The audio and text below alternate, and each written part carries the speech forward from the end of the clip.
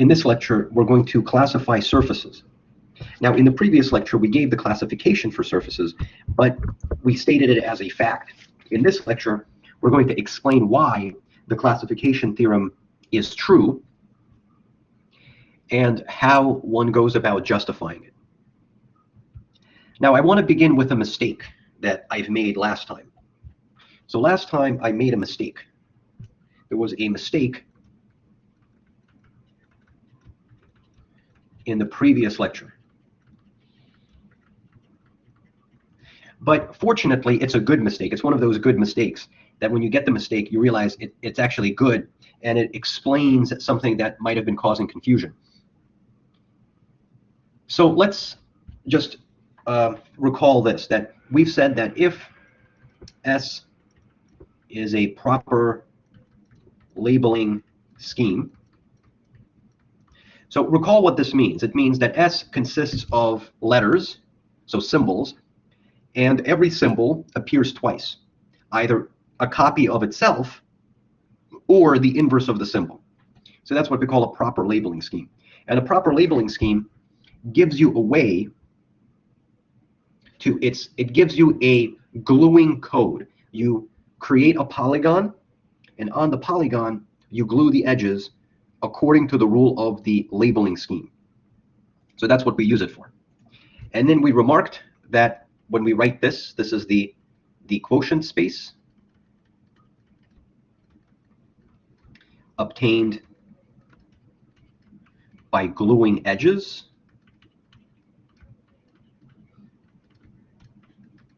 This was a compact, connected, two-dimensional manifold. Two-dimensional manifold is a surface, so it was compact, connected, and it was a surface. We call this space a combinatorial surface because it arises out of this combinatorial type of structure where it's some kind of combination of symbols arranged in a certain way. Now, as you can see, the title of this lecture is Classification of Surfaces, and we title it this way because in the next lecture, we will explain why every surface can be obtained combinatorially. And so even though we're really only talking about combinatorial surfaces, in actuality, every surface will therefore follow this classification. So this is what we call the quotient space. This is the quotient space that we obtain. And this is the mistake that I mentioned. This is the mistake. So I said that if you want to find the fundamental group of this topological space, we're not indicating the base point because we do not really care about it so much. We're just saying what it is as a group presentation at any point, because they're all isomorphic regardless of the point. But sometimes the point does matter because the isomorphisms that occur between the fundamental group at different points might be different. So what I mean is, we made this remark before. So there is an isomorphism between these two. And the way you get the isomorphism is if you have a point P and you have a point Q, you pick a path called F between them, and then we define this map called mu F. It's a mapping from this one to this one. That is, you basically, if you create a loop over here, the way you create a loop over here is you flow backwards, you go around, and then you take the reverse one. And this gives you a mapping from this one to this one. However, this mapping depends on the choice of the path. So if you have a different path, you might have a different isomorphism. So if you're in some cases, because of that, it might lead to some kind of mistake if you're not careful, because the actual map does depend on these choices that you make. But here we're just talking about what it is only as a group and not anything to do with maps. So often when we work with the fundamental group, as you've noticed, it's not just a fundamental group, you're also mapping the fundamental group somewhere else. So if you have mappings involved, then you have to be a little bit careful. But if you're just talking about what it is as a group and only as a group, then it's fine to be a little bit more sloppy. So, and the mistake that I made is I said that the fundamental group of this space, you just write down the letters. So the letters that are being used in the labeling scheme, and then you use the actual word. So S is a word, right? So this is a word. That's the word, and you set the word equal to 1. So these are the generators, so the letters are the generator, and the relation is the labeling word is then set equal to 1. That's how it works for the torus. That's how it works for the projective plane. That is exactly how it works for a double torus. That's exactly how it works for the Klein bottle, and so on and so forth. This very simplistic procedure immediately finds for you the fundamental group. And I did make this comment that if you want to find the fundamental group of the sphere, so the sphere is labeled as A inverse, like this. And the reason for this is because you have a polygon, of course, topological polygon, okay? So that's a topological polygon. And if this is A inverse, because the points are being glued across the diameter, right? Across this diameter, they're being glued across. So you can see that if you take this one and this one, you glue them together, it closes up and you get a sphere out of this. And we remarked that if you calculate the fundamental group of this, then based on that rule, it should be the group presentation should be, it's the group that's generated by the letter, right? So there's only one letter here, that's A. And the word, the relation should then be, you take this, A inverse, and you set it equal to 1. But then this is sort of redundant, because then you're just saying 1 is equal to 1. And then since this is true, you can just drop it off, and you have the group that's generated by one symbol, and that is isomorphic to the integers. And this is incorrect because we know the fundamental group of a sphere is trivial. It's not the integer group.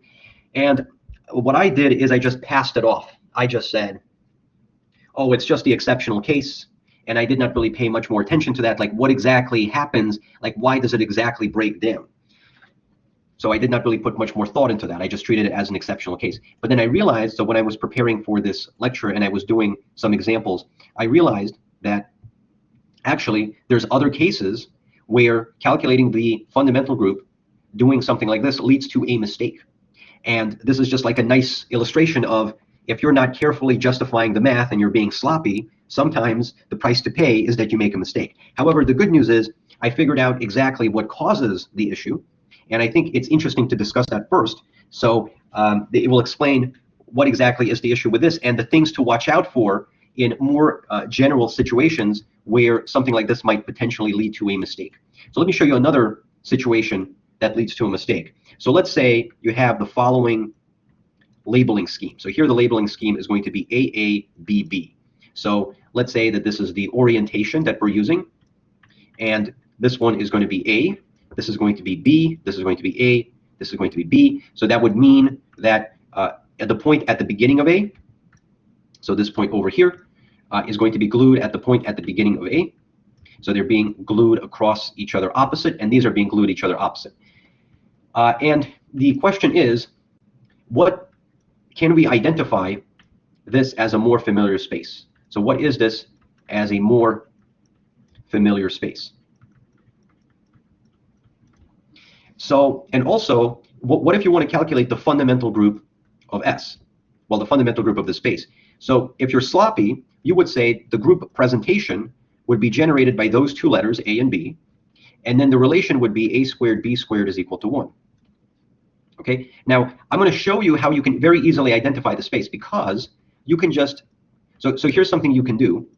So let's get rid of this. So here's something you can do. So you can call this, so this piece followed with this piece, you can just give it a new name. So you can just call that C. And then this is just the same thing, just repeated a second time. So that's just called C. So basically, you have this. You just have, basically you have this. You just have a C over here, and then you have a C over here, C and C. So what is this? Well, that is the projective plane, right? You can just, if you follow along these two, you can just recall that C again, and this is C. So this is just C squared.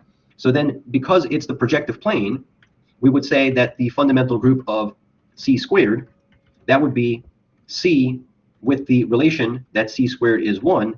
And this is the group, well, before I say anything else, it's clear that these are not the same. This group is the group mod 2, so this is a finite group. So this is the group mod 2, that's a finite group. And this one is clearly wrong, because you can see, well, actually, well, maybe I should not say that. It's a little bit suspicious, because here you have one generator and here you have two generators. So it feels like you're getting the wrong answer. However, you've got to be very careful. When you're working with group presentations, the word problem is very difficult in general. You can have two very different looking group presentations, but they actually describe the same group. So the easiest thing you do is you abelianize the group. So this is what we were saying earlier. So let's look at the abelianized versions of these groups and see if they're the same. If they are the same, it is still conceivable that these are different. But if they are different, then these certainly must be different. So we abelianize the group by adding commutative relations to it. And then we would have that this AB, and the condition is 2A plus 2B is equal to 0. And this group would be C with the condition that 2C is equal to 0. Now, if we represent this as a matrix, this is the matrix 2, 2. Right? This is the relation matrix. It's assumed that these variables are always being set equal to 0. So this is the relation matrix, and this is the relation matrix here. So then you find the Smith normal form. This would be 2, 0. This is the Smith normal form, and this, well, this is already 2. So that would mean that this group, this is the 2 means you have integers mod 2, and then you have a copy. 0 means there's no relation, but you have a free symbol. So you have this. Whereas this one would be z mod 2. And you can see that these are not the same. You have this extra copy of z. So that means that these two groups are not the same, and so calculating the fundamental group naively, where you just set the word equal to 1, leads to a mistake. Here's the reason why it leads to a mistake. So let's go back to the torus again and very quickly review why.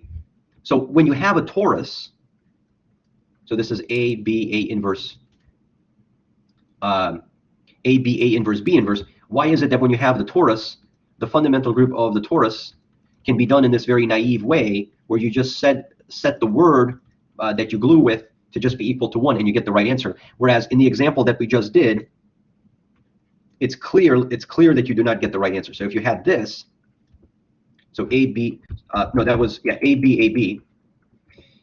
Then when you calculate the fundamental group here, then you get the wrong answer. So if you write AB and then you write A squared B squared is equal to 1, then you end up getting the wrong answer. So this one is good, the other one is no good. So here is the deeper explanation for what is going on.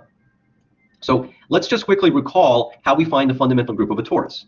We pick a base point, so we picked a base point, and then we constructed two neighborhoods of that point. We constructed an open set, so we're using the Seifert-von Kampen theorem. So we construct an open set that constructs that point, and then the fundamental group of that open set, so the fundamental group of U, fundamental group of V, and then we have the fundamental group of U intersect V. So the fundamental group of this one was just trivial. So let's just write this as 0 or 1. Let's use multiplicative notation. The fundamental group of this is trivial because this is just contractible. Now the other one was the complement. So the other one, the way we get the other one is we take a disk that's a disk or a square that's a little bit smaller, and then we look at the complement of that.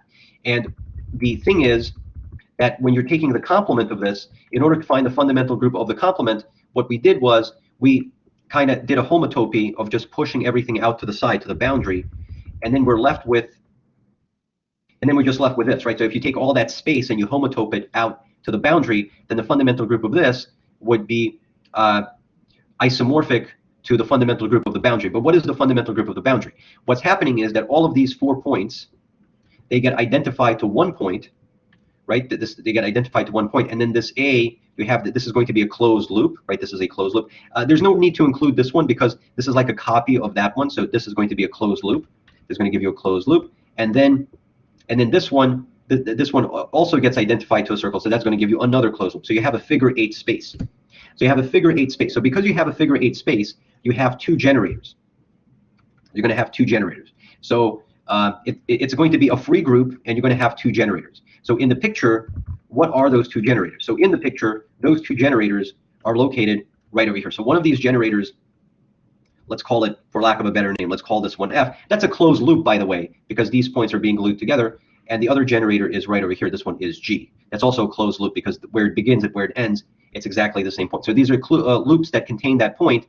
And then the fundamental group of V, of that other open set, so just recall, it's the complement of that.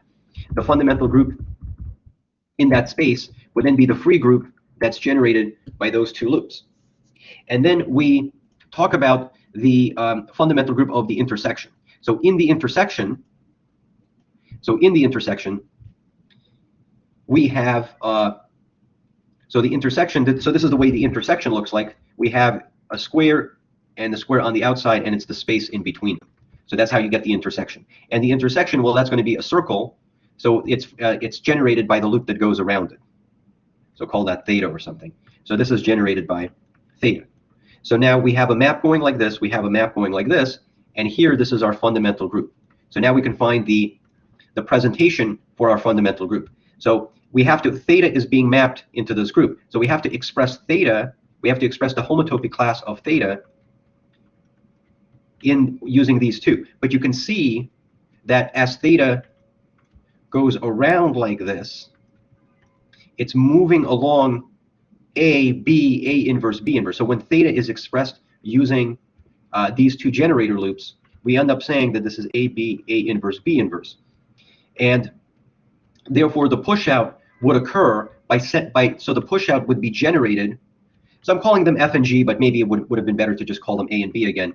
So then the push out will be, you copy these generators, and then you're going to set, you see theta is being sent to one and theta is also being sent to that. So these two have to be identified together in the push out. So you're going to have AB, A inverse, AB, A inverse, B inverse is equal to 1. And that's a very quick, rapid explanation for why it works for the torus. Now let's see what problem occurs when we do it in the other space. So far this is fine. Now notice the problem that occurs in the other example when it goes like this.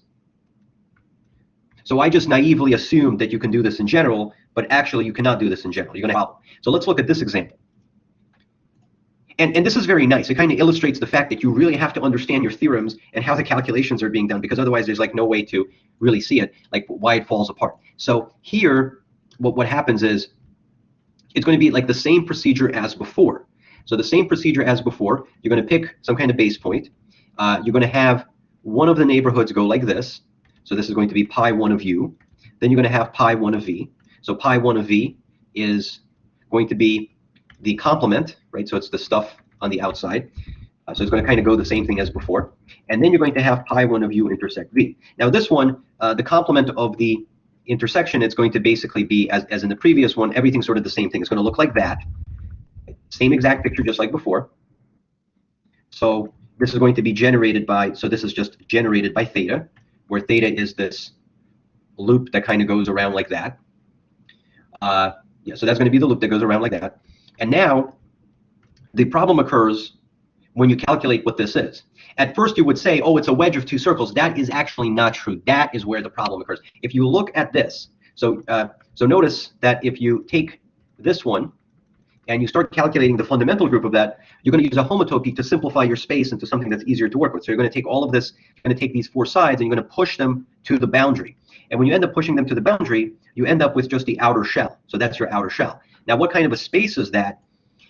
So we need to realize that this point right over here is being glued with that point right over there, because this is A, that's the beginning of A, and that's the beginning of A. However, this is B, so the end of B is being glued with the end of B. So these 2 points are being glued together. However, the 2 corner points are not being glued together. They are in 2 different equivalence classes. They remain in different equivalence classes. So when you actually find what this space is, we understand that this side is being glued with this side, so this side is redundant, and this side, and maybe I should say that this bottom, well, it doesn't really matter, but the bottom side is being glued with the top half, so this one is redundant, right? So these are redundant. So when you, and then this side, yeah, and then the 2 red points come together. So what you end up with is you end up with a circle. So you're not ending up with a figure 8 space. You really are ending up with a circle. So that would mean, so really what happens is when you draw,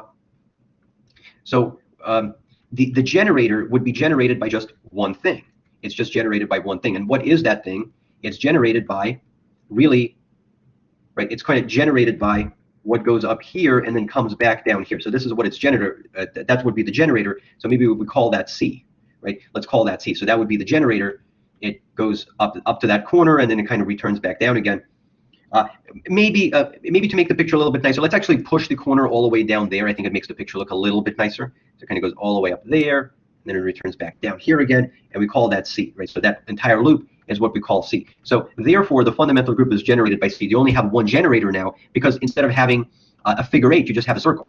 Now, let's express theta, the image, inside using C, right? We have to map this one into C and express it. So you can now see that theta, which is this loop that we had in the beginning, this is the loop we had in the beginning, this was the theta. How do you get the theta? Well, you move along the lower edge by C, and then you move along the upper edge by c again. So it's really c times c. You're moving twice. You're moving twice. So it's really c times c. So theta becomes expressed as c squared.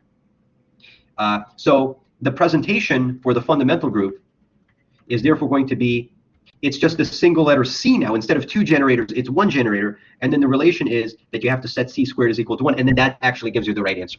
So the issue occurs in the fact that not all vertices get identified together in one single vertex. That is where the entire problem occurs. And this is exactly the issue that occurs when you work with the sphere. So when you're working with the sphere, when you're using A inverse, notice the points are being glued like this. So this means that this point over here and that point over there, they're not being identified together. They're remaining in their own separate individual equivalence class, and they're not being put together. So that is where the issue occurs. So the corrected version of that result that I told you is it is okay to calculate the fundamental group in this naive way, provided that all vertices of the polygon, they become identified together. And that is exactly how you get the wedge of circles. So if you have, so it gives you the correct number of generators. You're not losing any generators. So that is what I wanted to mention with that. So now let's get to the classification. So this is the classification theorem. So this is the classification theorem. So let S be a proper labeling scheme, and X is the surface, right? This is the surface that's obtained from using S to glue sides of a polygon and form a space out of it. So that's your surface, your compact connected surface. So then X is homeomorphic to, so the list is, it's either a sphere, it's a sum, a connected sum of projective planes, a finite amount, 2, 3, 4, or it's a connected sum of projective planes. So if it's one of these two, that's called orientable, and if it's this one, it's called non-orientable. So we did not really give a definition of orientable or non-orientable. We just said that if the classification falls in one of these two, we just call it orientable. That's kind of, I mean, that's sort of like the cheap way out of it without trying to define what it means to be orientable. This is only possible because we have a classification theorem. In a more general manifold, where you do not have a classification theorem, this kind of approach is not going to work. Then you actually have to define what it means to be orientable. But because if we're just working with surfaces, I think we can just keep it simple and not take a big giant detour to define what it means to be orientable. So we have this, okay? And I should say, yeah, and if you represent this using words, then the sphere, so this is the way the sphere goes. The sphere will be A inverse, okay? This is the way the sphere goes. With the torus, so remember how the torus goes. The torus is A inverse, B inverse, right? That's the torus. So this is like the square that we use to get a torus. But it's a connected sum, so then we have another one, but with different letters. So then it goes C inverse, D inverse, and so on. With the projective plane, the way we get a projective plane, it's just AA, right? So it's AA. And then we have another projective plane. So it's BB, then CC, and so on. So essentially what we're saying, I mean, this is really what we're saying, is if you're given a proper labeling scheme, you can manipulate it and convert it into one of those three different forms.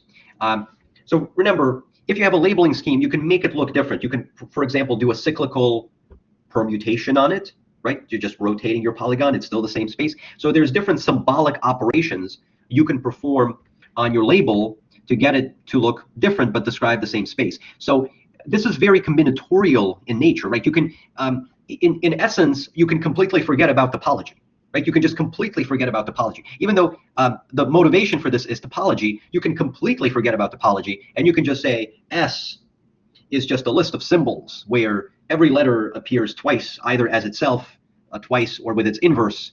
And then you have some kind of rules for manipulating those symbols. And if you use the rules for manipulating the symbols, you can, in the end, bring it to one of those cases. That's essentially what you're saying. This is, you can treat it as a purely combinatorial fact and nothing more. But of course, we want to treat it as topology because that's more interesting. Okay, so let's therefore discuss how this works. So we stated the classification theorem, and you had a question on the homework to prove that these are topologically distinct, that these are actually different. And the way you do it is you calculate the fundamental group, and you show the fundamental group is different by abelianizing the fundamental group and arguing that they're different as commutative groups. So showing uniqueness, that's sort of the easy part here. Showing existence, that's the more difficult part. The existence part, you have to actually explain the procedure or an algorithm for converting this into something like that. So that's what we'll talk about. So this is called the copy and paste algorithm. So I often joke that a lot of mathematics is copy and paste, and that's especially true if you write mathematics in LaTeX. If you're writing math in LaTeX, a lot of the times you're just copying previous equations, pasting them into the next paragraph, and making small changes. So most of everything you're doing in your document is just copying and pasting previous lines and pages and making edits to it. So, so it's funny that you have this algorithm called the copy and paste algorithm. So it appropriately fits nicely with what a lot of math is all about. Now, I would say that explaining every detail is way too tedious. If you look this up in Moncrief, it takes pages and pages and pages and pages. But conceptually, simple. The concept behind it is actually fairly simple. And what the way I want to explain this algorithm is, instead of addressing every single kind of detail that you can get, because it's going to take way too long, and at some point you're kind of focusing too much on the minor things and you're missing the big idea of the whole thing. If you look it up in Moncrief, at the end of the chapter, he actually summarizes the symbolic rules, the algorithm purely symbolically, so you can presumably write a computer program that does it for you automatically. But the treatment, I think there's people who have a better exposition than Moncrief. So I recommend, you can of course look at Moncrief, there's nothing wrong with that, but I would recommend to look at a book written by Lee, and it's called An Introduction to Topological Manifolds. There's two editions to the book, edition 1 and edition 2. I do not think it matters. I think it's discussed in both editions. And this is a fairly good book on topology also. This is basically a book on topology, which puts more emphasis on manifolds, but it's a book on topology. He has another book called Introduction to Smooth Manifolds, that is differential topology. And then he has another book on differential geometry. So he kind of builds up. He goes, he kind of does topology, then he does calculus on manifolds, and then after he does geometry on manifolds. So it's kind of like 3 steps of progression. So this is the book I recommend to look at. I think his explanations are better than Moncrief's, so I like his explanations more. So you can look at that book. This is located in chapter 6. So this is chapter 6. That's where you can find it. So he draws pictures, and in addition to drawing pictures, he shows you the symbolic code, because it's nice to write things down in pictures, but formally, really what you're doing is you're manipulating characters. You're manipulating characters by certain rules to get the desired result. So, and also, I indicated that Lee has a good book, and he calls it An Introduction to Topological Manifolds. And Lee actually is honest with that name, because there are some books on math that are very suspicious. They call themselves an introduction, and then you open up and you look at the first page and you're like, what is even going on in the first page? So I've seen this like funny, there's like this funny cartoon that I've seen where it's a graduate text in mathematics. So you know it has this nice yellow white cover to it, like all of the GTM books have. So it has like this nice, GTM cover, and the name of the book is called An Introduction to a Subject That People Already Know, or something like that. So I thought it was very funny, because some of these books that call themselves an introduction to something, that's a pretty dishonest name. Like, they're way too advanced for someone who's learning it for the very first time. But Lee is actually honest. Like, it is an introduction. He's not like doing things that are not appropriate for a first exposure. Yes, so this is Lee's book. You can look at it. And so I'm going to kind of do this in steps. So if we're explaining the copy and paste algorithm, not every detail, but I want to keep it, I want to sort of tell you the main ideas so that when you look back at how this works, you'll be able to agree and say that you sort of kind of understand why every combinatorial surface can be reduced to one of those three basic types. So what you use is you use these things called, so symbolically, you use what is known as elementary transformations on S. So Lee calls them elementary transformations. I am not going to tell you what the elementary transformations are, because when you do it using pictures, it's going to be very clear. If you're doing it symbolically, then you have to write every single one of them out. So for example, what do we mean by an elementary transformation? So what I mean by an elementary transformation is that if the proper labeling scheme is AABB, you're allowed to transform it into BAAB, right? You just do a cyclical, permutation. Another thing you're allowed to do is you're allowed to do called reflection. So reflection is, let's say AABB, you're allowed to do something called reflection. Reflection would be that you write them in opposite order and you put negatives on them. So this is B-1, B-1, A-1, A-1. But then another thing that you're allowed to do is you're allowed to replace you're allowed to replace two identical symbols by a new symbol. So if you wanted to, you can call this CC and then DD. So that's something you can do. So that's what I mean. These are sort of like the obvious things you can do. Like they do not even deserve any mention because they're so straightforward. However, they do matter if you want to put this as an algorithm on a computer, because if it's an algorithm, you can put it on a computer. And then if you give a very long string of letters, you can then execute the algorithm. But then the computer, you see, the computer is not seeing any pictures. So you have to then carefully explain it line by line by line exactly what the rules are painfully. And then it just go, and then it's going to do it for you. So we're going to mainly use pictures because that's more conceptual. If you try using this as, so the algorithm basically, like, I do not want to describe the symbolic, because the symbolic algorithm is impossible to memorize. Like, if you can look it up in Moncrief. So Moncrief nicely summarizes his chapter with like 4 steps. There's like 4 steps, and he kind of shows you how the symbols get manipulated. And trying to memorize all of that is, I would say, impossible, right? For a person, you want to be able to have an intuition for what you're doing. So formally speaking, it's a purely symbolic algorithm. But conceptually, there's these pictures going on that justify, that sort of explain why it's being done in a particular way. So I'm going to go through the steps. Okay, so here are the steps. So you are given a proper, you're given a proper labeling scheme S. Okay, you have a proper, that's what you're given. So this is what you're going to do in step 1. This is step 1. This is called folding. That's the name of the step. This is called folding. What it says is that if you have AA inverse in your word, so if you have them right next to each other, you can eliminate it. Unless S is already AA inverse. And then the topology on S is the sphere, and the process terminates.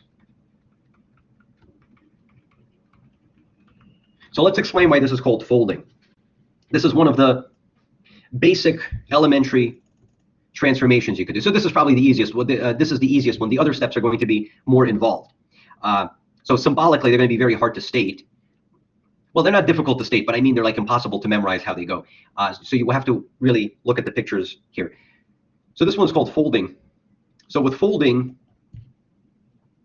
let's say it goes AA inverse BC BC. Okay, so it goes like this. It's, you have A inverse B C B C. Okay, it goes like that. So folding says that because, so the way this one goes, and these go in opposite, right? So the point over here is glued with the point over there, and the point over here is being glued with the point over there. So basically, and that's why it's called folding. Imagine that you bring this in, okay, so you kind of redraw the picture. B, C, B, C, and yeah, maybe this whole, and then this is like A, that's A inverse. Well, that's a really bad picture. Let's redraw it. It's basically this. This is A, that's A inverse, and you're gluing this one with this one. So you're folding it, right? You're folding it. So when you fold it, it goes away. What are you left with? B, C, B, C, right? This comes together with that. It goes away. So it goes away, and you're just left with that. So if you have two symbols right next to each other, you fold them away. That's called folding. So, okay. Now, so let's discuss step 2. So this is step 2. This one is going to be more involved. Step 2. So step 2 is you put all, and these are called twisted pairs. I've seen it called twisted pairs in one book, and I think Lee calls these complementary pairs. No, I think he also calls them twisted pairs. So yeah, so these are just called twisted pairs. You can also maybe call them inverse pairs. No, sorry about that. You can call these identical pairs. So you put all identical pairs. So what's an identical pair? It's AA. You put all identical pairs together on the left of your labeling scheme. You put them on the left. The reason for this, so what's the reason for this? This is because the projective plane is simpler than the torus symbolically. Because the projective plane is described by AA, whereas the torus is more complicated. It goes A, B, A inverse, B inverse. Notice with the torus, you have opposite pairs. One is A, one is his inverse, and you have another symbol in between them. So they're opposite pairs, and they're also being intertwined together. They alternate. So the torus is more complicated to deal with symbolically. So you focus at the easy part. So the easy part is what are called the twisted pairs. Now they're called twisted pairs. You could call them identical pairs, doesn't matter what you call them, but they're called twisted pairs for the simple reason is because visually what you're doing when you start gluing your polygon is when you, it's like in the projective plane, when you glue those two edges, you have to do a twist before you glue. Unlike the torus, they do not glue naturally the correct way. You have to twist in order to put them together. And that's why it makes sense to call them twisted pairs. I guess you can also call these projective pairs if you really want to, but the name does not really matter. It's the idea, the projective pairs. It's the idea that matters here. So these are called the projective pairs. So you have this. So you put them on one side. Now, how do you do this? So the procedure here is, I'm just going to say it very quickly, and then we'll look at some pictures. So this is how you want to think. You want to think of cut, then you're going to reflect, and then you're going to glue. This is a bit vague. Like, what do we exactly mean by that? So I'm going to illustrate that for you in some examples. The examples will hopefully clarify for you how to do this. Okay, so that's going to be the point of the example. So I think that instead of describing for you the algorithm symbolically, which would be not very insightful, it would probably be better for learning purposes to see this done in an example. And when you see it done in an example, then you'll be able to, many months later, if you have to do this again, you can maybe be able to figure out yourself. Whereas if you see it symbolically, you're going to forget it 5 minutes later. So let's just look at an example of how this works. So this is an example I picked out of Lee's book because I was too lazy to come up with my own example. So he has this example at the end of chapter 6. He has more examples where the labeling scheme is A, B, A, C, B inverse, C inverse. So what do you do with this? Now, look, you see you have an A and you have an A. So the A and the A, you call these twisted pairs. B and B inverse, we'll get back to those afterwards, but you have an A and you have an A. So that you've identified your twisted pairs, and you want to put them together. Now, the reason why you want to put them together is because you want it to go AA, and then you're going to have another pair, you're going to have another pair, another pair, and then in the end, this is exactly how you get projective plane, projective plane, projective plane, and so on. That's basically the idea, right? Once you put them on one side and you isolate them, you have a connected sum. You have the projective plane here, and then you'll have another projective plane there, and so on. That's sort of the idea. You're isolating them together, and you're getting those copies of the projective plane that you're sort of pulling out of your word, and you're just focusing on what is left over. That's the idea. So let's draw a picture for this. We're going to draw a hexagon. You do not have to draw a hexagon. You can really draw any figure you want. This is topology. But it looks nicest when you draw a hexagon. I tried doing this on GeoGebra, but unfortunately, it does not really let you delete edges in a nice way. When you try to delete edges, the whole thing disappears. So maybe if some of you can figure out nice software that lets you draw this, I'm sure that would be very helpful. But I'll just draw it manually. So, and then we'll start anywhere. Let's start at the bottom, A. So we have A, B, A, C, B inverse, C inverse. Okay, so we have this. So we have A, so let's just do this, A, B, A, C, B inverse, C inverse. We want to put the A's together. The way we're going to put the A's together is we're going to introduce a cut. Now, the idea of a cut is we have to connect the A's together. Notice the A's are not being connected. They're separated apart. So we're going to introduce a cut, some kind of diagonally, that's going to connect the A's together. We're going to connect these A's together. And maybe it also makes sense that because you're working with projective pairs or twisted pairs, that you do it according to how the vertices are being identified. So if you're going counterclockwise, which is usually the way we draw this, let's say this point down here, this corner point, that's the beginning of A, it will have to be glued with this one. So we make it go like that, right? You kind of make it go like that, and you introduce a cut, right? So you introduce a cut. So let's call this X, and then the opposite side we call that X inverse. So symbolically, really what we just did is we split this into two pieces. There's now two pieces here. We have a triangle ABX, comma, and then we have another triangle X inverse AC, B inverse, C inverse. Right? We kind of introduce this figure and this figure. So we make a cut. So this is called cutting. This is one of the elementary operations. You can split your word into two other words by introducing an inverse in between them. So basically, what we did is in between A and B, you see in between A and B, we introduced X and X inverse, and then we just split the word. Now visually, this is what we're doing. This is what happens visually. So we cut, we reflect. So we're going to reflect one of them. It does not really matter which one you reflect. So that means you're going to take it and you're going to flip it over. So you reflect. So let's say you reflect this one. So when you reflect it, you then get X inverse, B inverse, A inverse.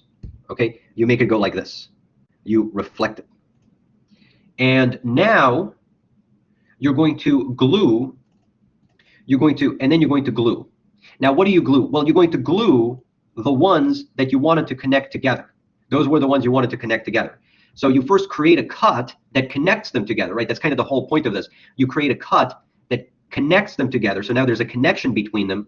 You're going to take one of the two pieces that you now have. You're going to flip it over. So let's flip this triangle over. So if we flip that triangle over, it's going to go as, actually, I'll draw it up here. I'm going to draw the triangle like this. So the triangle is A inverse. So no, sorry about that.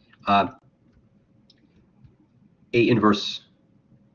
I guess we can put the I guess we can put the A inverse in front. A inverse, X inverse, B inverse. We do a cyclical permutation. So this is going to be A inverse. Then this is going to be X inverse. And then you're going to have B inverse. Okay, so that's going to be X inverse.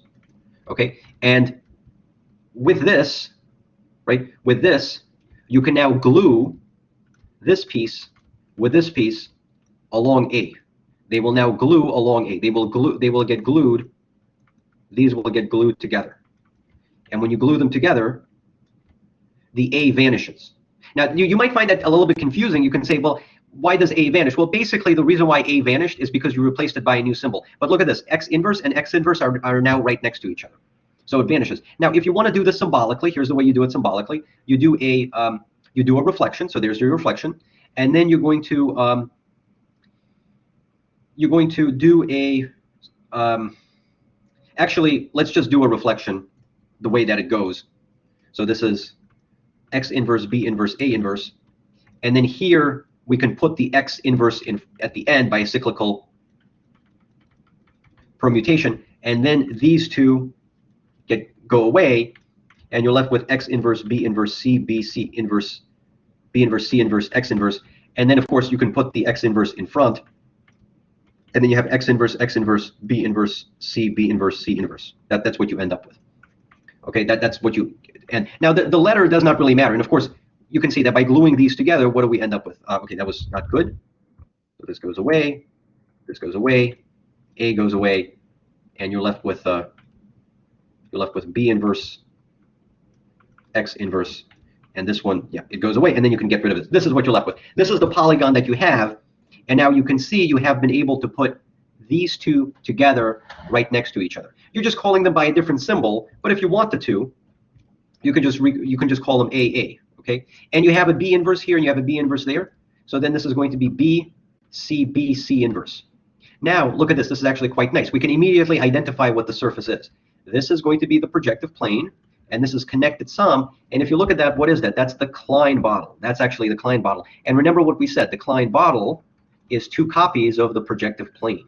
Right? It's 2 copies of the projective plane. So we were able to identify this surface. So even though this surface is not originally on our list in the classification theorem, you can convert it into the one that is on the list. You just realize that this is now the Klein bottle. That's the thing that you're left with, and then that's 2 copies of the projective plane, and then you have 3 of them. Okay, so that we've identified the surface. Now, let me perhaps do another example with you. So this is another example. So this is an example that comes from Moncrief. So Moncrief gives some exercises for you to do. This is the example that he gives, A, B, C, D, A, B, C, D. So this is the example that you get. And there is a very quick way to do it, but I'm going to do it the long way just so we get to see it. So you have an octagon. You have an octagon. You have an octagon, and it goes A, B, C, D. Then it's A, B, C, D. Okay, so it goes like that. That's your octagon. And here, you're not allowed to compute the fundamental group by setting that word equal to 1. The reason for this is because we start to look at how the vertices are getting identified. This one, this is the beginning of A, gets identified with that one. Then this is the end of D, that's the end of D, and that's the end of it. There's nothing else. There's no other identifications. So this vertex only gets identified with that vertex, and there's nothing else. Okay, so so if you go through with this, you will notice that not all vertices collapse down to a single point. So that would mean that you have to be careful when you calculate the fundamental group. You cannot just set it equal to 1. You have to be careful when you do that. However, now there is a way to reduce vertices down to a single point. I'll make a comment about that at the very, very end because I do not want to get distracted by that at the moment. But you can still use the algorithm from before where you have this A over here and you have this A. These are projective pairs. So those are your projective pairs, and you're going to put them right next to each other. So you do this by using what we said before. So what have we said before? The way you do it is you cut, reflect, and glue. Cut, reflect, glue. The way you cut is to connect them. That's the way you cut it. So in this is the beginning of A based on the orientation, counterclockwise orientation. That's the beginning of A. That's the beginning of A. So it therefore makes sense that you're going to introduce a cut that goes like this. You introduce a cut that's going like that. And you call that cut something. You call it, let's call this X, and then the other side is going to be X inverse. And you're going to split. You're going to split it into 2 pieces. So you're going to split it into, so the piece on the left will be X inverse A, B, C, D. So let me just tell you what happened. You just go counterclockwise. This is X inverse. This is A, B, C, D. So that's the piece on the left. And now we write down the piece on the right. This is going to be X, A, B, C, D. So this is going to be X, A, B, C, D. So you split them. You split them. And now you glue. How do you glue? Well, sorry. You split, right? You cut. You just cut it into two pieces. You have two pieces now. The next thing that you do is you reflect. You reflect one of them. Let's reflect the first one. It does not matter. You reflect the first one. So if you reflect this one, it will become D inverse, C inverse, B inverse, A inverse, and then X. That's what happens when you reflect. And what do you do after that? And then you glue. You glue. Well, you glue at the one you want to bring. So originally, which one you wanted to bring? You wanted to bring the A with the A. So now you have an A inverse because you reflected it. And then you're going to put the A inverse and the A together. And that will put the new symbol that you introduce X right next to each other. So I'm going to rewrite it a little bit. Let me put the X all the way in front. So that's going to be X, D inverse, C inverse, B inverse, A inverse. And here, let's put the X all the way at the end. So it's going to be A, B, C, D, X. And now you can see these are being glued together. So they go away. They're gone. And then you can put the X all the way, cyclical rotation. You can put the X all the way in the beginning. And then you have X. Okay, so this is what you're left with. Well, actually, I'm kind of, maybe I should have put this all the way in the beginning because that's the way I told you to do it. Put it all the way, sorry about that. It's this, put it all the way in the beginning. And then look at what you're left with. You have B inverse and B right next to each other. This is called folding. You fold them away. C inverse and C next to each other, you fold them away. D inverse, that's a D inverse, by the way. That's not an A inverse. D inverse and D inverse, you fold them away. And you're just left with XX. What is that? You're left with just a single projective plane, which is not what you would have thought originally, because you look at this and you have 8 sides. So how can it be? Well, it's kind of similar to what we said before, that actually you can just call this by a new letter, and you can call all of that E, because then these letters just repeat on that side all over again, and they're being glued like that. So it's really EE, and that's the projective plane, the single projective plane in disguise. So you see, it's interesting, even though you have 8 of them, in the end, it can be simplified to just 2 of them. So that's the projective plane in disguise. So that's what you do if you have twisted pairs not adjacent to each other. You bring them together, okay? So, and then you repeat this step. You repeat this step as many times as necessary. So this might get tedious if you do it by hand.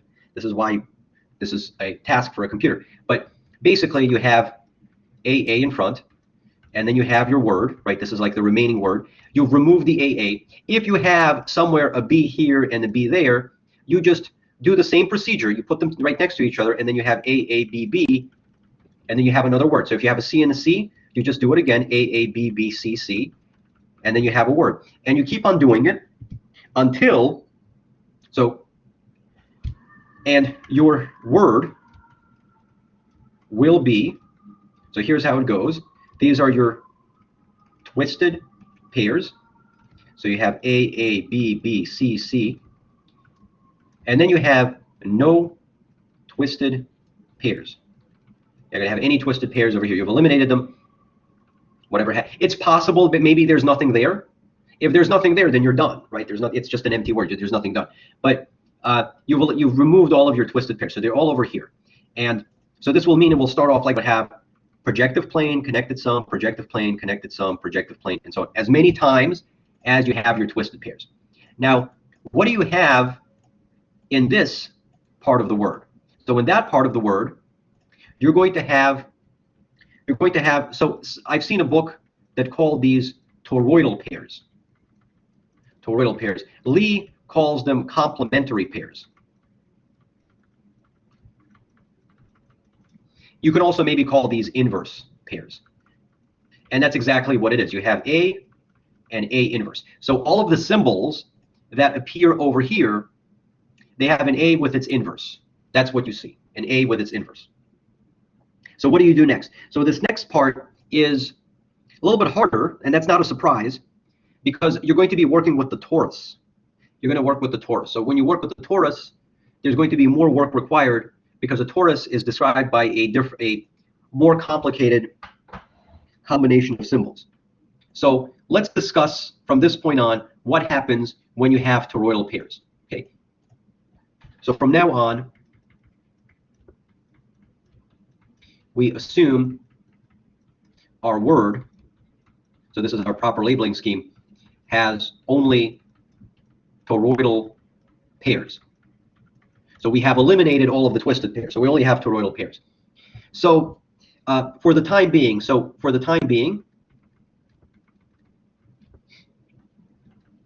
we're going to assume all vertices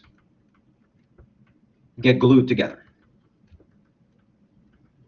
In other words, there's only one vertex. We've looked at examples where sometimes the vertices do not collapse down to a single vertex. But we're going to assume, for the time being, to keep it simple, that they are all the same vertex. If not, you do step 3. So this is step 3. What is step 3? Step 3 is basically you reduce to one vertex. You reduce your polygon down to down to only one. I do not want to focus on that because that's not as interesting as what we're about to do in step 4. So we're going to assume that they all get glued together down to one. Generally speaking, that's usually what's going to happen. Usually you do not have to do step 3. So step 3, it's when you, it's a procedure to change your polygon. So to remove all of those like redundant type of edges that are not necessary, like what we saw with that previous example where we saw there were like all 4 of them that could have been turned into one. So we're going to skip step 3. I'll make a comment on step 3 at the end. I think it'll make it easier to understand what you're doing in step 3 after we look at step 4. So now we proceed to step 4. So we proceed to step 4. So what is the goal of step 4? Let me tell you the objective. The objective of step 4 is to take A inverse, B, and B inverse and put them together as A, B, A inverse, B inverse. That's the objective. The reason for that is because that's a torus. That's a torus. And you end up getting a torus. Right? This is the word that describes a torus. So in the beginning of the word, we have a bunch of projective planes, right? That's the beginning of the word. So if with the toroidal pairs that you have, you're able to obtain these words, then now it continues as a connected sum of tori. Right? That's kind of the idea of this. That's why you want to put them together. Now the difficulty is that these symbols might appear in very different positions in the word. There's no reason why they're next to each other. This is why this is trickier than with the twisted pairs, because with the twisted pairs, there's only 2 letters you need to work with. With the toroidal pairs, there are 2 pairs of 2 that you need to work with. And that's why it's trickier. You basically going to perform a bunch of operations to put them next to each other so they turn into that. Okay, so I think it's best to just illustrate this in an example, but this is the way it works is you're going to cut. This is basically just cut and paste, and then cut and paste. So you have to do this twice. Here there's no reflection.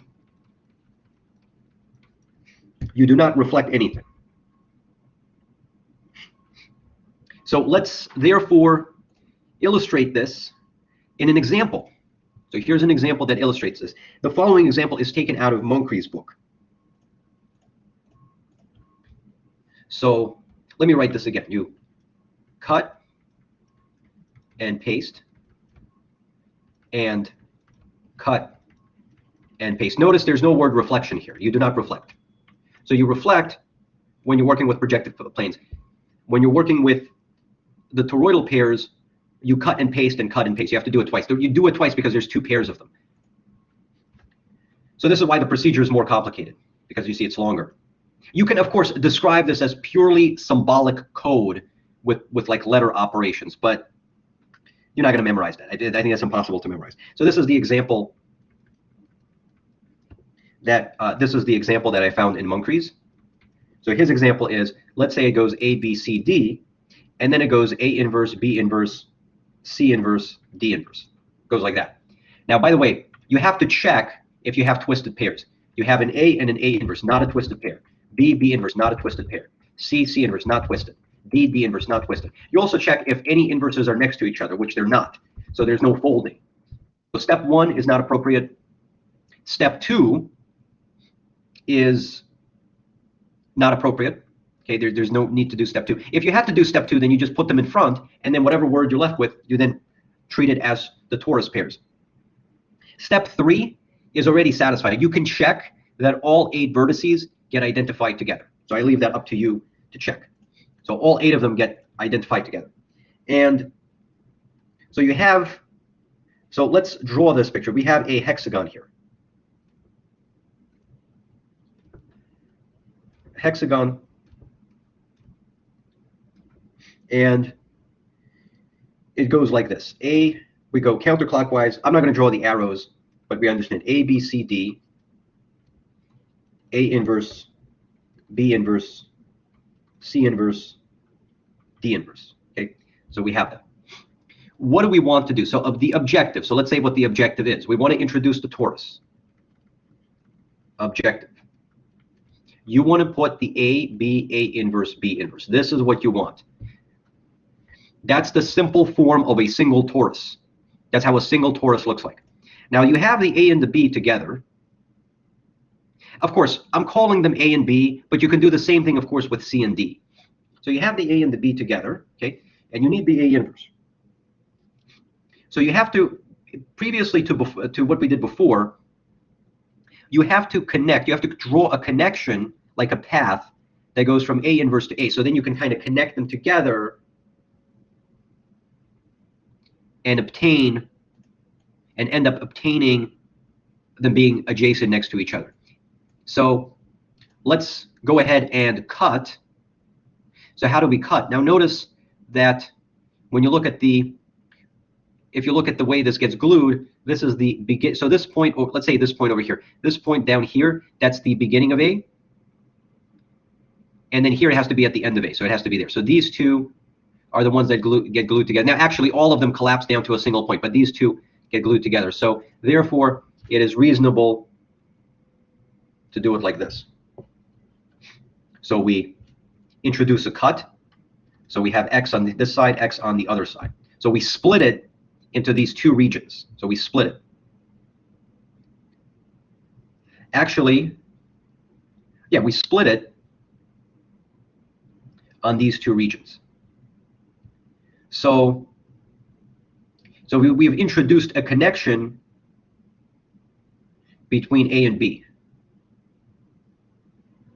So let's therefore do this. I'm sorry, between A and A inverse. So now let's glue. Yeah, let's now go ahead and glue these together. We're going to glue those together. So we're basically going to lift up this piece and we're going to put it right there without reflecting. Right? You're going to cut and then you'll paste it over here. Right? Copy, paste. So you'll copy this picture, you put it here. So it makes sense that these are going together because it's similar to the other one. We're sort of going to eliminate the B symbol and replace it by X, but now they become together. So let's therefore redraw. I'm going to therefore redraw this picture right over here. So this is the B. This is the B. So this is B inverse. This is going to be C inverse. This is D inverse. And then you have X inverse.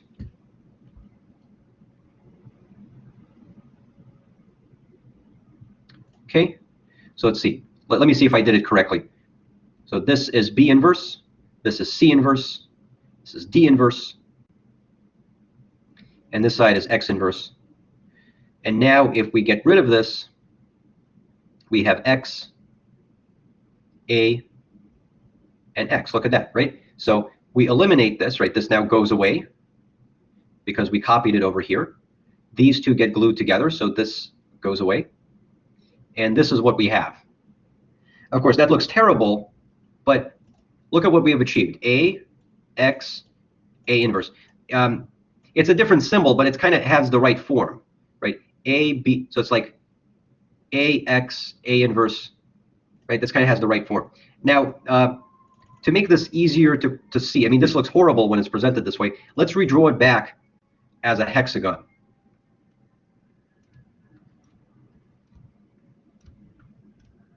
Okay, let's redraw it back as a hexagon. Where do we want to start? Let's say we start at A, and then we go like this. So we have A, C inverse, D inverse, X inverse, C, D, A inverse, X. And now look at that. You see A inverse, X, A. So what we're missing is the X inverse. Once we can somehow maneuver this X inverse to be adjacent with those, then we have obtained a torus. That's what we want to do here. We're going to obtain the torus. So we want to connect.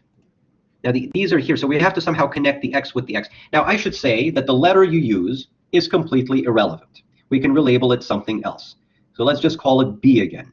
Let's just call it B. I think that looks nicer. Let's call this B. Let's call that B inverse. So now we have A inverse BA, B inverse. If you want to, by the way, you can call this A and you can call that A inverse. But we'll worry about that afterwards. So we want to connect these together. So it's the same idea. You're going to draw some kind of diagonal that creates the connection. You're going to make a cut, and then you'll just copy and paste. So we did copy and paste, and now we're going to do copy and paste again. So this is why this is a more complicated procedure. So we want to connect these two. Now, if we go counterclockwise, this is the point where B begins.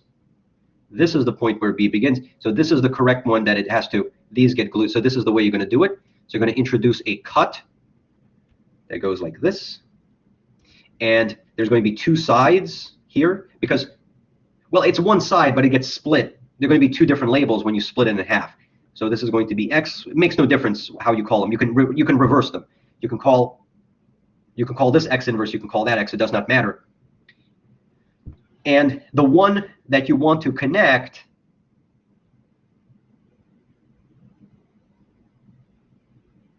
okay, so what do we do next? So we have an A here, we have an A here. So we're going to use this, we're going to eliminate the A symbol with this X symbol. That's the idea. So we're going to glue along A. Like the one you glue along with is pretty much the symbol. That's pretty much the symbol that you want to put in the correct position, but the idea is you're replacing it by a new symbol. So you're going to glue it with the A. So this one's going to get glued with this one. So let's therefore redraw this. So this is going to, so this A inverse, you have to rotate this. Not that easy. Right? You have to imagine rotating this. So this is going to be, that's the A inverse, right? Kind of imagine that you take this figure and you rotate it a little bit. So that's your A inverse. This is D. This is C. And that's X. Let's see. Yeah, that's going to be X.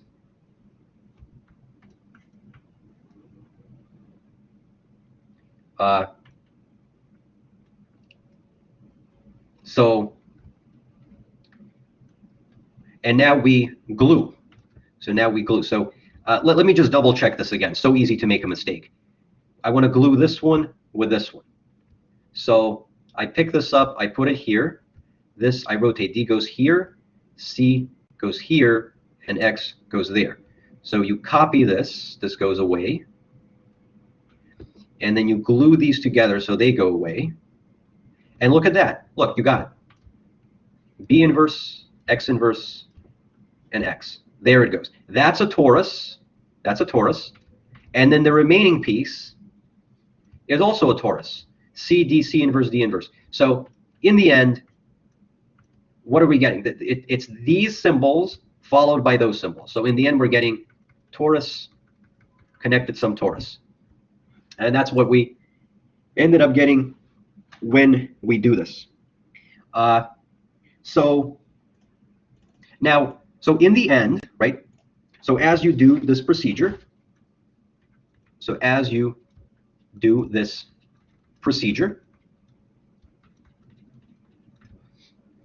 you're going to have something that looks like this: projective plane, projective plane, projective plane, and then you're going to have connected some torus, connected some torus, connected some torus, like that. So on the left, you have isolated all the twisted pairs, and on the right, you have isolated all of the toroidal pairs. So now they're split into two. So what do you do after that? Well, because you look at this and you say, but that's not the classification theorem. The classification theorem says it's either a connected sum of only tori, or it's a connected sum of only projective planes. And the one exceptional case to that, of course, is you have the sphere. So what do you do next? Well, what you do next is you just have to recall, this is what you had on the homework, that if you take the projective plane and you take the connected sum with the torus, you get 3 projective planes. You justify this by a copy and paste procedure also. So you just have to justify this fact. And then if you have a projective plane appearing with a torus, it turns into this. So basically, for each one, right, you kind of, if you were to like pair these together, you get that, right? You basically just replace it like that. So that's what you do. And in the end, right, so in the end, so now it is clear. So now the classification theorem is clear. So now the classification theorem is clear. So that is a pretty nice, like we can actually see how this works. Like tedious, right? It's like, it's one of those things that's tedious. You can see how it works. You can see how it comes together. And that's very satisfying to see how you justify that classification theorem. That in the end, that is the list. So we know it's distinct because the fundamental groups are different. We know every combinatorial surface comes down to that. The remaining part, I guess, I did not address. So this is the part that was not addressed. And that is, this is sort of like the mysterious step 3. What if vertices are not all identified? Basically what you do, this is basically what it comes down to, is if you have a vertex over here and you have a vertex over there and they're not being identified together, you identify them by introducing, it's similar to what you did before. You introduce a cut, introduce that cut, then you reflect and you paste it to one of the edges. You can see it written, it's written out in Lee's book, and you can see, it's also written out in Muncre's, but as I indicated, I prefer the exposition by Lee. You can see it written out over there, and you just follow that procedure. You identify things down to a single vertex. If you're wondering, just to give you like a simple reason why is this step necessary? Because it turns out if the vertices are not identified, and if you try to copy and paste and copy and paste, that's what we were doing before, you will not be able to put them in the correct order. In other words, you will keep on going in circles. So basically, you're going to try to fix something, but in trying to fix something, you're going to break something else. That's basically what's going to happen. Like you're going to put 2 together, but then the other 2 go apart. And it has something to do with the vertices not being identified. So that's why, because with the torus pairs, you have a pair of them that have to be put together in a very special way. With the twisted pairs, it's a lot easier. You just kind of put them together automatically, and you're done with that. So so because of this, the torus step is a little bit trickier, and that's what one has to do. Now, there is an issue. So there's like 2 questions that immediately arise from here. Like the more important question is, So how do we justify that all surfaces, well, maybe I should say compact connected surfaces are combinatorial? In other words, how do we know that if you have a surface, like a surface in general, a compact surface in general, without assuming anything else? You see, at the moment, we are assuming that our surface arises from a gluing construction along a polygon. If you assume that, then it's clear why this classification theorem follows. But how do you know you can do that in general? Like, well, how do you know that you can find some way of gluing a polygon so it becomes homeomorphic with your topological space? That is a very big claim, because you know absolutely nothing about your topological space. You know absolutely nothing from where it comes from. And the follow-up question here is there a more efficient way of classifying the surface, right? Because copy and paste, it's kind of tedious. So here's what I would say. So there is a way. So copy and paste is the proof of the classification theorem for surfaces. However, once you accept the theorem, then there are easier methods to determine the surface. But that's what we'll talk about next time. We're kind of going to discuss both of these things together next time, because they are related to each other. How do you know that all surfaces are combinatorial, and how do you know there's a more efficient method for classifying it? Because if I give you a surface, if I give you a polygon, let's say, that has 40 edges, I'd not think you want to sit there drawing a 40-sided gon over and over and over again and then gluing those sides repeatedly until you get something you can identify. We do not want to do that. That would be horrible. So the way you want to think of copy and paste is necessary to prove the theorem. Once you have the theorem, you can do other things. But it's important to prove the theorem first, because when you see the easier methods that we're going to show, you will then ask the question, well, why did you not show us that to us in the beginning? Well, because that method is based on the assumption on the classification of surfaces. So you have to justify the classification of surfaces using a different method, and then once you've justified it, then you can use that easier technique for doing that. So this is a good place to stop, and then we will we'll continue with this discussion on surfaces next time.